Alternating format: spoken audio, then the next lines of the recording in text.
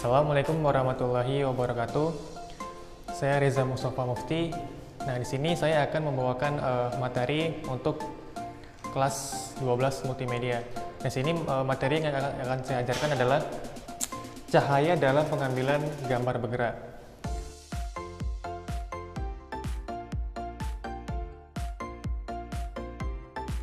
Nah, jadi yang pertama itu ada namanya front light. Itu adalah sumber cahaya yang ada di depan subjek yang difoto, sehingga biasanya sumber cahaya itu ada di belakang kamera kita. Nah, lalu selanjutnya ada namanya sunlight. Sunlight ini adalah cahaya yang mengenai subjek dari samping, kiri atau kanan. Cahaya samping ini memberikan kesan dimensional yang kuat sehingga banyak dipakai pada foto arsitektur atau landscape. Lalu selanjutnya ada namanya backlight. Nah, backlight ini terjadi saat kita memotret subjek dengan sumber cahaya yang berasal dari belakang kita. Nah, jadi seperti ini untuk ilustrasi tata cahaya yang tadi saya jelaskan.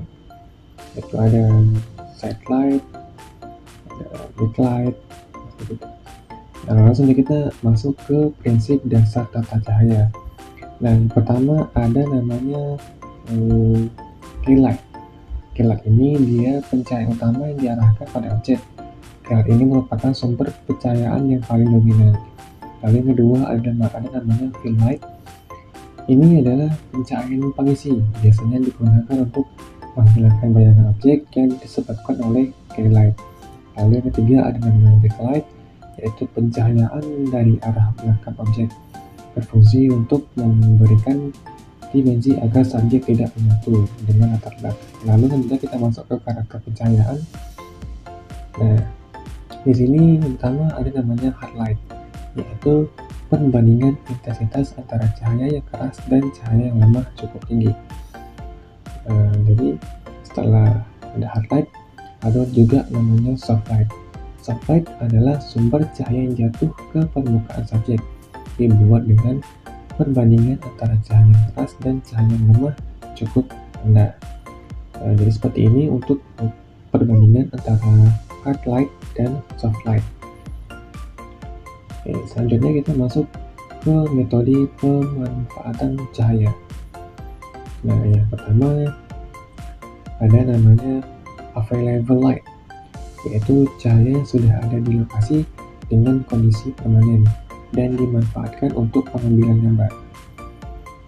Lalu yang kedua ada namanya artificial light, yaitu cahaya buatan yang mampu dipakai atau memang dibuat khusus untuk kebutuhan pengambilan gambar, namun tidak menghilangkan kesan natural. Lalu selanjutnya ada namanya particle light, yaitu sumber cahaya yang kita dapati dan cahaya lampu meja, lampu jalanan, lampu kendaraan, atau juga lampu kamar, dan digunakan untuk keperluan pemotretan.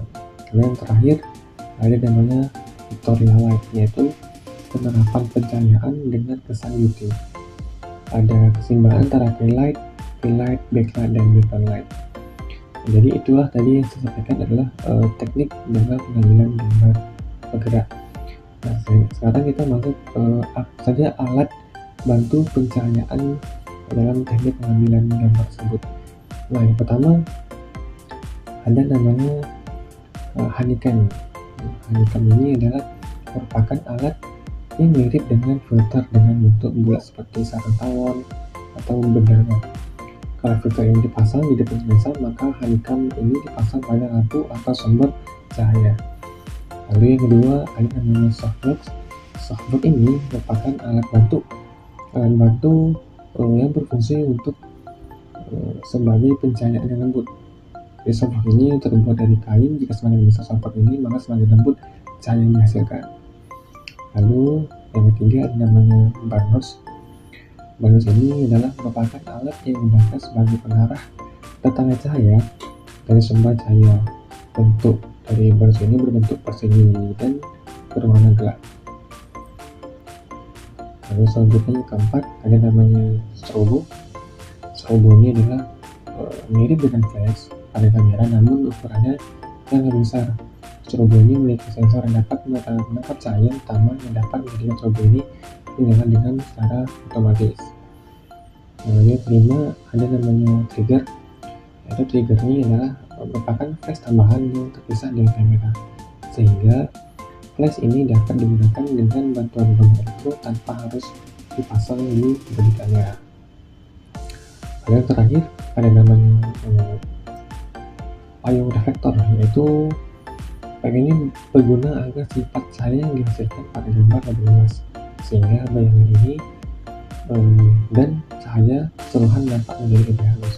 Itulah alat-alat yang sering digunakan dalam teknik pengambilan gambar. Jadi untuk materi cahaya dalam pengambilan bergerak cukup sampai sini. Saya akhiri. Billahi taufiq wal hidayah. Assalamualaikum warahmatullahi wabarakatuh.